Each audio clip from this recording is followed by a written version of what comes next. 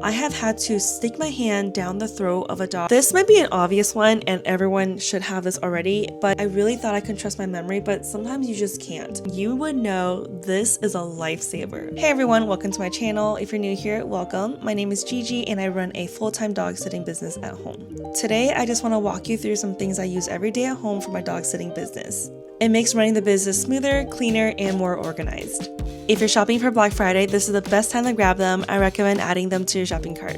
I use these items almost every day, if not every day, sometimes multiple times a day. First is the Ring camera and the Ring chime. With dogs barking outside, inside, it's sometimes hard to hear the door, and with a door knock, it always sets a dog off. And we're able to set the Ring sound to any sound we want, so the dogs are not set off. They just think it's regular music playing in the house. The funny thing is, sometimes we have dogs who have owners who have the Ring camera, and when we play a sound that they're used to, they're the only ones barking, so we can tell which dogs have the same Ring sound at home. It just helps me stay on top of everything without missing anything important. I don't like making people wait, even for 2 minutes, especially when it's really hot or raining outside. I actually have multiple cameras facing the yard, the front of our house, the front yard of our house, so I can always catch when people are coming in and I don't want to make them wait too long. Speaking of cameras, I also recommend a Furbo. I had a Furbo when I first got a dog, but I actually utilize it for my business as well. I don't utilize the treat giving function of the device, I just use it because I have it, and I use it to just monitor if the dogs are doing okay at night to make sure everyone's asleep and no one's bothering each other. If I open the door, I might rile them up, they might wake up from a sudden noise, or they might get anxious or freak out and start barking, so I just like stalking them on the Furbo camera. This might be a no-brainer, but I always have a belt bag on me or something with pockets. I cannot tell you how many times I wear Lululemon pants and they don't have pockets. It's easy to put treats in there, your keys, and of course poop bags. Too many poop bags. Some friends from church had their dogs pass and they ended up giving all of their poop bags to us. You just want something hands-free. You don't want to be holding a bunch of stuff in your hands. One of my favorite items is this. I know this looks so dirty, but it's just discolored from the sun because I've had this for over 3 years now, but it's a wall-mounted poop bag holder. You just install and replace as needed. It's so simple, but it keeps everything out of reach from the dogs and you can pull it straight down. It's a quick grab and go. It's exactly what you would see at a dog park.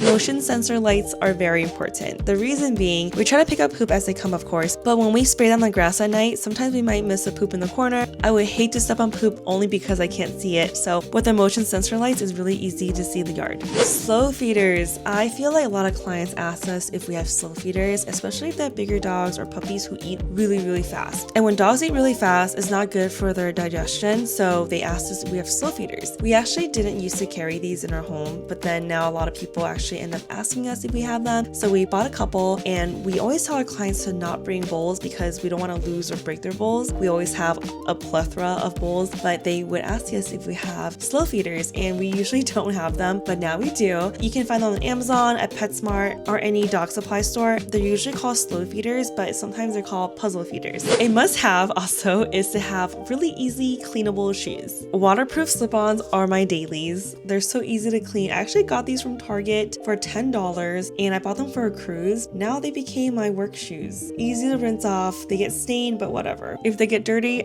I don't really care. Dyson vacuum is a must. I know there are so many on the market. Sharks, Dysons, Roombas. I honestly have tried them all, the dry and the wet. Dyson is just, it always comes through, and I have the animal one. I have 2 of them. I got one from Costco, one from Amazon because I have some reward points with Costco, but the animal one is just so powerful, and the canister that holds all the fur is much bigger. It fills up so much fur. Even though I do it once a day, if I do it past the night, I'm so surprised how much I can still collect. It's crazy. It's so powerful, and I love that it comes with so many attachments to get into all the nooks and crannies, especially in the car because we drive dogs all the time and the fur just flies everywhere in places that you can't even imagine sometimes. I do have a Roomba, not to say they are not good, but the Dyson takes the cake. It just stays here. We just keep this plugged in at the wall all time. I know this doesn't seem that big, but this is the extra large size for a pet. I don't even know what this is called, but I just call it a scraper, and I asked my husband, have you seen a scraper?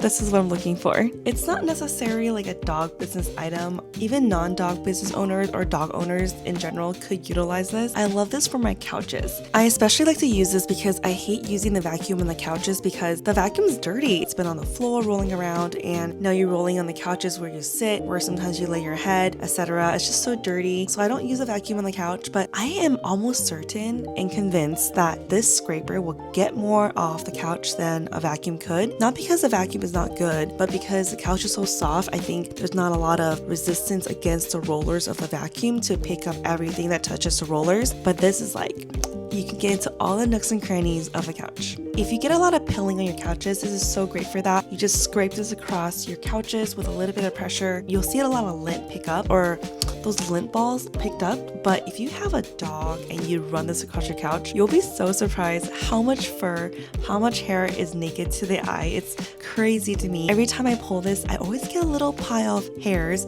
that I just didn't think were there before. A good air purifier will reduce the smell and dander of the dogs. I have 2 of these in my home at all times, and it keeps the house as fresh as possible. It actually surprises me how much hair it also accumulates, which scares me because I'm like, wait, if I don't have this or my Dyson, what the heck? This might be an obvious one and everyone should have this already, but it's painter's tape and Sharpie. To label food, to label leashes, bowls, beds, anything the clients bring, you can label it, and it just makes everything look more professional when you give the dog back.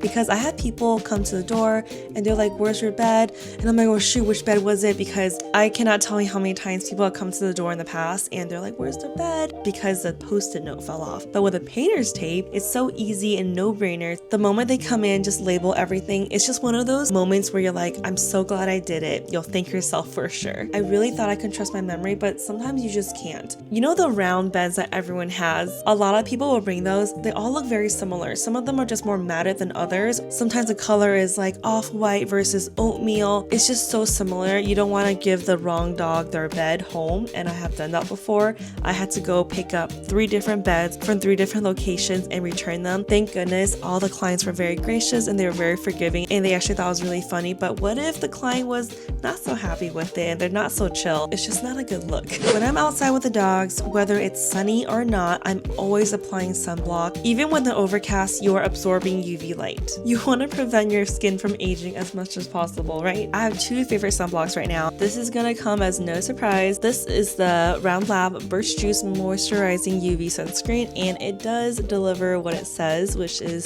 the moisturizing portion. It's the #1 in Korea right now. I highly recommend this sunscreen. It's still in the box because I haven't opened this one yet. I go through these like crazy.